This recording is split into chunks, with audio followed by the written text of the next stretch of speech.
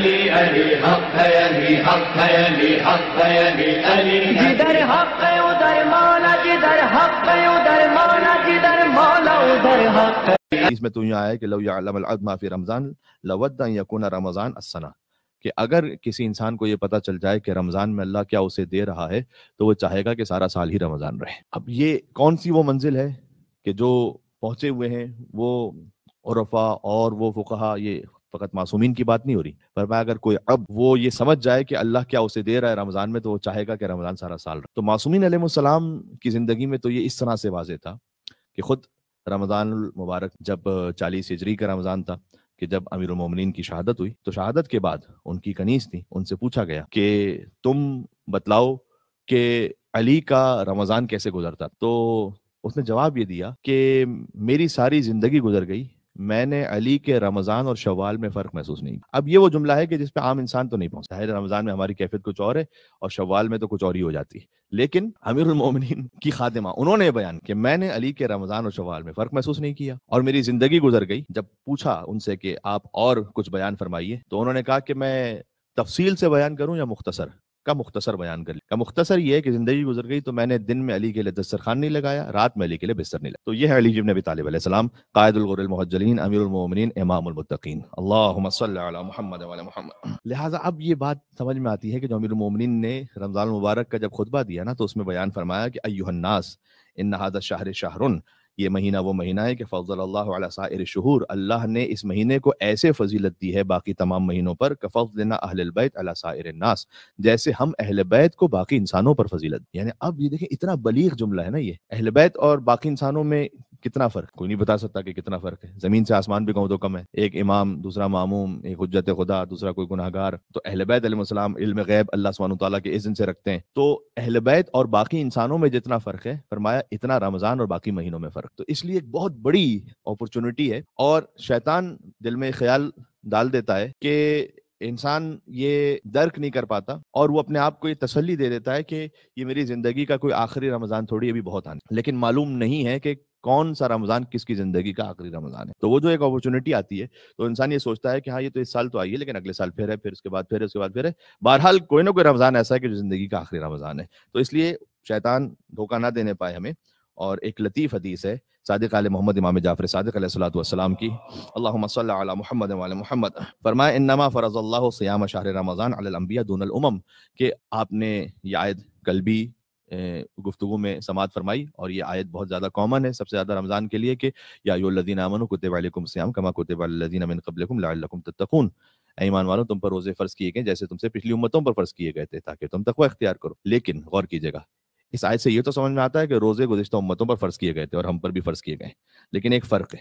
وہ فرق صادق علیہ محمد نے اس حدیث میں بیان فرمایا علیہ الصلوۃ والسلام کہ انما فرض اللہ صیام شہر رمضان علی الانبیاء دون الامم، اللہ نے جو گزشتہ امتوں پر روزے فرض کیے تھے نا وہ رمضان میں فرض نہیں کیے تھے، فقط گزشتہ انبیاء تھے کہ جن پر روزے رمضان میں فرض کیے تھے. تو باقی امتوں پر روزے فرض تھے لیکن وہ رمضان کے علاوہ وہ ان کی شریعت. رمضان میں روزہ رکھنے کے لیے اللہ سبحانہ وتعالیٰ نے جسے قابل سمجھا وہ یا گزشتہ انبیاء ہیں یا امت مصطفیٰ ہے. یعنی کیا ایلیویشن ہے کہ وہ جو گزشتہ انبیاء کو اللہ سبحانہ وتعالیٰ نے اعزاز اور شرف عطا کیا وہ امت مصطفیٰ کو عطا کیا.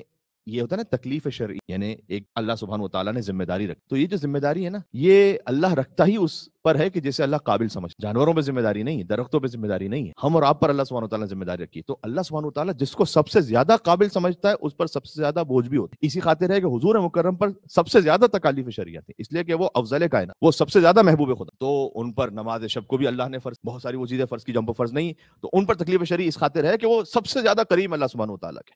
تو اللہ نے جسے جتنا قابل سمجھا ہے اس سے اتنا مخاطب ہوا اللہ سبحانہ وتعالیٰ. تو باقی امتوں پر روزہ تھا لیکن باقی امتوں پر رمضان میں نہیں، انبیاء پر تھا رمضان المبارک میں. تو اللہ سبحانہ وتعالیٰ نے ہمیں اس مقام کے قابل سمجھا، یہ اس کا شکر. اللہ سبحانہ وتعالیٰ نے پورے قرآن رمضان کا نام ایک ہی جگہ، 4 محترم مہینے جنہیں ہم حرام مہینے کہتے ہیں ان کا بھی ذکر کر دیا، نام نہیں لیا.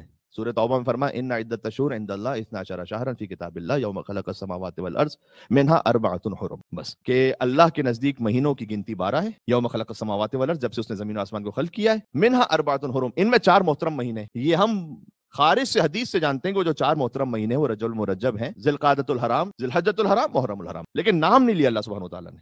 نام جس مہینے کا لیا ہے وہ رمضان. اچھا بہت لطیف بات یہاں اللہ تعالیٰ نے جب رمضان کا نام لیا تو ایک طریقے سے اللہ ڈیفائن کر رہا ہے رمضان کو. اگر کوئی پوچھے ہم سے کہ رمضان کی ڈیفینیشن شہر رمضان، رمضان کا مہینہ، الذی کتب فیہ الصیام، یہ آیت تو دوسری ہے کہ یا ایھا الذین آمنوا کتب علیکم، جس میں رمضان کا نام نہیں لیا اللہ نے، کہا تم پر روزے فرض کیے. لیکن جب رمضان کا نام لیا تو یہ رمضان وہ ہے کہ جس میں روزوں کو فرض کیا گیا ہے. یہ نہیں کہا اللہ نے شہر رمضان الذی انزل فیہ القرآن. رمضان کی ڈیفینیشن ہے قرآن. رمضان کی ڈیفینیشن روزے سے نہیں ہے، رمضان کی ڈیفینیشن ہے قرآن. یہ بات بہت امپورٹنٹ، یہ بات اس لیے بھی امپورٹنٹ بن جاتی کہ رمضان میں کوئی مریض ہو گیا روزہ نہیں رکھ، سفر درپیش ہو گیا روزہ نہیں رکھ، خواتین اپنے مخصوص ایام میں روزہ ساقط. تو جو روزہ نہیں رکھ پا رہا وہ روزہ اس سے ساقط ہے، ابھی وہ رمضان سے باہر نہیں نکلا ہے. تو رمضان کی جو برکتیں ہیں وہ ہیں ابھی. تو ہم یہ سمجھ رہے ہوتے ہیں کہ ہم نے روزہ نہیں ہے تو پھر رمضان بھی نہیں ہے، اس کانسیپٹ میں چلے جاتے ہیں کہ بھائی اب تو ہم تو روزہ ہی نہیں رکھ سکتے اس لیے کہ مسافر ہیں. تو آپ مسافر ہیں لیکن آپ رمضان سے باہر نہیں نکلے ابھی. رمضان تو ہے ابھی. تو جو رمضان کی ساری برکتیں اور رحمتیں ہیں وہ تو حاصل کرنی ہے. تو شہر رمضان الذی انزل فیہ القرآن، تو رمضان وہ ہے کہ جس میں قرآن نازل کیا گیا ہے. یہ ہے رمضان کی ڈیفینیشن اللہ سبحانہ وتعالی. اور 4 محترم مہینوں کو بھی نام نہیں لیا اللہ نے، رمضان کا نام لیا. اس رمضان میں بھی ایک رات کا بھی نام لیا خاص، انا انزلناہ فی لیلۃ. رمضان کی جو پیک ہے وہ شب قدر. ائمہ علیہ السلام نے بیان فرمایا ہے کہ اللہ عز و جل نے ہماری ولایت کو بھی شب قدر میں مقدر فرمایا، ماہ ولایت. تو انا انزلناہ فی لیلۃ مبارکہ، یہ سورۃ دخان میں بھی فرمایا کہ ہم نے ایک مبارک رات میں سے نازل کیا. انا انزلناہ فی لیلۃ القدر. غور کیجئے گا رمضان کا نام بھی اللہ نے ایک آیت میں لیا، شہر رمضان الذی انزل فیہ القرآن. لیکن جب اس رمضان کی خاص رات کی بات آئی ہے تو نام فقط نہیں لیا، اللہ نے اس نام سے پورا سورہ نازل. اس کی اتنی اہمیت ہے کہ انا انزلناہ فی لیلۃ القدر وما ادراک ما لیلۃ القدر لیلۃ القدر خیر من الف شہر. تو فرمایا کہ ایکسپیکٹیشن تم سے یہ ہے کہ رمضان کو جب آغاز کرو، اللہ کا مہینہ آ گیا ہے، قرآن کی تلاوت سے آغاز کرو، اور جب شب قدر جس میں ہم نے قرآن کو نازل کیا ہے تو اس میں بندگی اپنی معراج پر. اور رمضان میں 4 وہ امور ہیں کہ خود بخود بائی ڈیفالٹ اللہ سبحانہ وتعالیٰ نے ایسے رکھ کہ ان 4 کام کرنے والوں میں سے کوئی ایک بھی ہو تو حدیث میں آیا کہ جنت اس کے لیے مشتاق. تو یہ کہ ہم چاہتے ہیں نا جنت میں جائیں، ایک جنت یہ ہے کہ مشتاق ہے کہ پروردگار وہ بندہ تو آئے. وہ 4 کون؟ مطعم الجیعان، بھوکوں کو کھانا کھلانے والا، افطار. وحافظ اللسان، زبان کو محفوظ رکھ. وتال القرآن، قرآن کی تلاوت کرنے والا. وصائم شہر رمضان، اور رمضان میں روزہ رکھنے والا. یہ وہ ہیں کہ جن کی جنت مشتاق. کیا کتنی خوبصورتی سے اللہ سبحانہ وتعالیٰ نے یہ 4 امور ایک مہینے میں جمع کی. تو معروف ہے کہ پوچھا گیا ایک بزرگ عارف سے کہ انہوں نے اپنے اسٹوڈنٹ سے کہ آج کتنے روزے رکھے. تو اس نے کہا کہ حضور نمازیں تو دن میں 5 ہیں، روزہ تو ایک ہی ہوتا. کتنے روزے رکھے تھے کہ کیا مطلب؟ فرمایا کہ شکم کا تو رکھا تھا، زبان کا رکھا تھا یا نگاہوں کا رکھا تھا یا نہیں. تو ایک روزہ تو کمپلسری جو اللہ سبحانہ وتعالیٰ نے فرض کر دیا، وہ نہیں رکھو گے تو کفارہ ہو جائے. لیکن اللہ سبحانہ وتعالیٰ نے اس ایک روزے سے چاہے کہ شکم کے روزے سے زبان اور نگاہوں اور سماعت ان روزوں کی طرف بھی جاؤ، یعنی اپنے آپ کو روک کے رکھو حرام. ہاں اس خاطر ہے کہ میں اس خطبے کے حوالے سے بات کو یوں کنکلوڈ کرنا چاہوں گا کہ معاذ بن جبل کہتے ہیں کہ ہم رسول اللہ کے ساتھ سفر میں تھے تو ہم نے خود ان سے ایک ریکویسٹ کی کہ آپ ہمیں کوئی ایسی حدیث تو بیان فرمائیے کہ جو ہمارے لیے فائدہ مند. تو حضور نے کہا کہ ان اردتم عیش السعداء، بہت لطیف ہے کلام، اگر تم چاہتے ہو، تمہاری ڈیزائر یہ ہے کہ تم زندگی گزارو تو سعادت مندوں جیسے، وموت الشہداء، موت آئے تو شہیدوں جیسے، والنجات یوم الحشر، جب میدان محشر میں ہو تو نجات بھی مل جائے، وَظِلَّ یوم الحرور، جب میدان محشر میں شدید گرمی ہو تو وہاں سایہ بھی اویلیبل ہو جائے، وَالْهُدَى یوم الضلالہ، اور جب سرگردان ہو، ادھر سے ادھر بھٹک رہے ہو تو کہیں ہدایت بھی نصیب ہو جائے میدان محشر میں، فَدْرُسُ الْقُرْآنَ، تو ایک کام یہ کرو کہ قرآن کو بار بار یہ رہا. فَإِنَّهُ، اس کی وجہ بیان کی حضور کیوں ایسا ہو. فَإِنَّهُ کلام الرحمن، کیوں تمہاری زندگی سعادت مند ہوگی، موت شہیدوں جیسی ہوگی، نجات ملے گی، قیامت میں سایہ مل جائے گا. اس لیے کہ سب سے پہلے تو یہ رحمان کا کلام. تو امام نے فرمایا کہ اللہ سبحانہ وتعالیٰ تجلی کرتا ہے تمہارے لیے قرآن، یعنی اللہ کی جو تجلی ہے وہ قرآن میں ہے. وَإِنَّهُ کلام الرحمن وَحِرْزٌ مِّنَ الشَّيْطَانِ، اور شیطان سے بچنے کا تعویذ ہے قرآن. لوگ تعویذ مانگتے ہیں نا، سب سے بڑا تعویذ قرآن ہے شیطان سے بچنے کے لیے. وَرُجْحَانٌ فِي الْمِيزَانِ، اور جب تم تلاوت قرآن کرتے ہو تو نامہ اعمال کو اللہ سبحانہ وتعالیٰ بھاری کرتا جاتا ہے. اسپیشلی رمضان میں ایک خط قرآن ایک ختم قرآن کے برابر، یعنی ایک لائن آپ نے پڑھی قرآن بسم اللہ الرحمن الرحیم، یہ ایک ختم قرآن.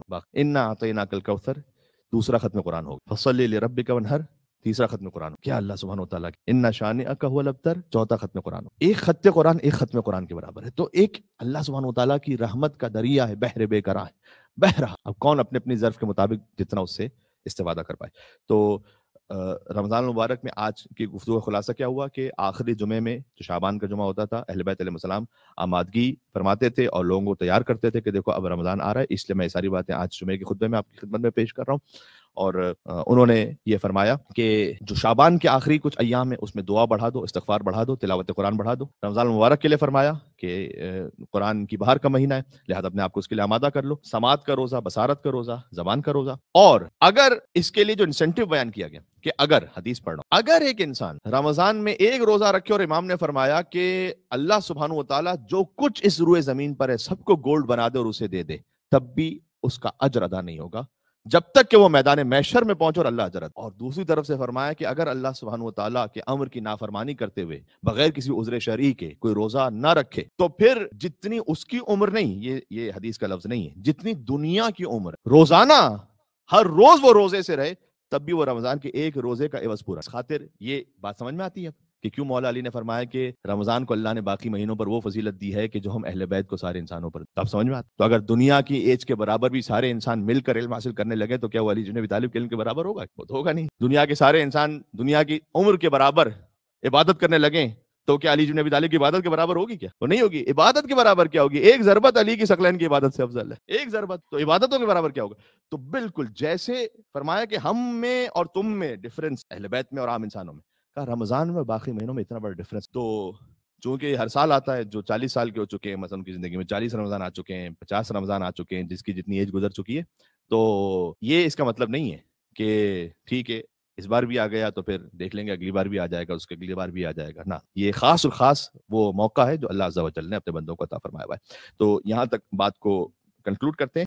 علی علی حق ہے، علی حق ہے، علی حق ہے، علی علی جدھر حق ہے ادھر مولا، جدھر حق ہے ادھر مولا، جدھر مولا ادھر حق ہے۔ علی علی حق ہے، علی حق ہے، علی حق ہے، علی علی